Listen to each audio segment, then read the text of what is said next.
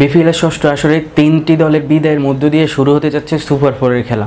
তো বন্ধুরা, আগামীকাল থেকে কিন্তু সুপার ফোরের খেলা অনুষ্ঠিত হচ্ছে। প্রথম এলিমিনেটরের মুখোমুখি হবে কিন্তু চিটাগাং ভাইকিংস এবং ঢাকা ডায়নামাইটস। এই খেলাটি অনুষ্ঠিত হবে দুপুর 1:30 তো বন্ধুরা, সেখানে কিন্তু যারা হারবে তারা কিন্তু বিপিএল থেকে সরাসরি বিদায় নেবে এবং সন্ধ্যায় প্রথম কোয়ালিফায়ারের মুখোমুখি হবে কিন্তু রংপুর রাইডার্স এবং কুমিল্লা ভিক্টোরিয়ান্স। সেই খেলাটি অনুষ্ঠিত হবে সন্ধ্যা 6:30।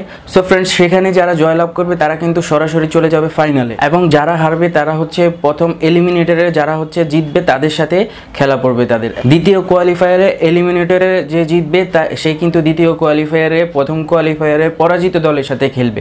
এই হচ্ছে মূল সমীকরণ। সো ফ্রেন্ডস, প্রথমে আপনাদেরকে জানিয়ে রাখি কিন্তু বিপিএল থেকে 3টি দল বিদায় নিয়েছে ইতিমধ্যে গ্রুপ স্টেজ থেকে। সেই দলগুলো হচ্ছে বন্ধুরা সিলেট সিক্সার্স, খুলনা টাইটান্স এবং রাজশাহী কিংস। সো ফ্রেন্ডস, এই 3টি দলের বিদায়ের মধ্য দিয়ে কিন্তু সুপার ফোরের খেলা নিশ্চিত হয়েছে। সুপার ফোরে কিন্তু শেষ দল হিসেবে ঢাকা ডায়নামাইটস উত্তীর্ণ হয়েছে গতকাল খুলনা টাইটান্সকে হারিয়ে।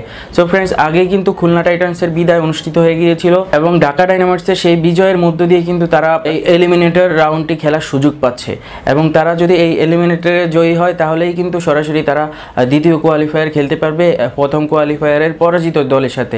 যেমন ধরেন আপনি রংপুর রাইডার্স এবং কুমিল্লার মধ্যকার ধরুন হচ্ছে যে কোনো এক দল হেরে যাবে তো অবশ্যই, তো যারা হারবে তারা হচ্ছে দ্বিতীয় কোয়ালিফায়ারে এলিমিনেটরের জয়ী দলের সাথে আসলে তাদের খেলা পড়বে। আর এলিমিনেটরে যেই দলটি হারবে সেটি কিন্তু সরাসরি বিদায় নেবে এবং এখানে একটি রিস্কের বিষয় হচ্ছে এলিমিনেটরে যারা মুখোমুখি হয় তাদের কিন্তু বিদায় নেওয়ার সম্ভাবনা 50%-এরও বেশি থাকে, কারণ তারা কিন্তু 2টি ম্যাচ জয় লাভ করার পর কিন্তু ফাইনাল খেলতে পারবে।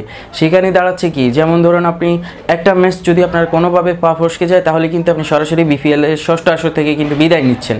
যেমন ধরুন সেই ক্ষেত্রে পয়েন্ট টেবিলের প্রথম মাথায় যারা থাকছে প্রথম এবং দ্বিতীয় দল তারা কিন্তু 2টি ম্যাচ খেলার সুযোগ পাচ্ছে, একটি জিতলেই কিন্তু তারা সরাসরি ফাইনালে চলে যেতে পারছে। তো সেই ক্ষেত্রে কিন্তু প্রথম এক এবং দ্বিতীয় দলের অনেকটাই অ্যাডভান্টেজ রয়েছে তারা ফাইনাল খেলার।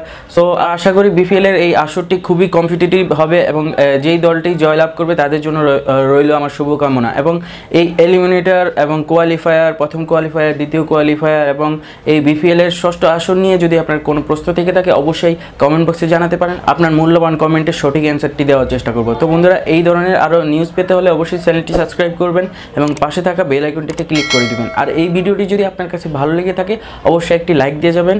সো বন্ধুরা, সবাই ভালো থাকবেন। আসসালামু আলাইকুম।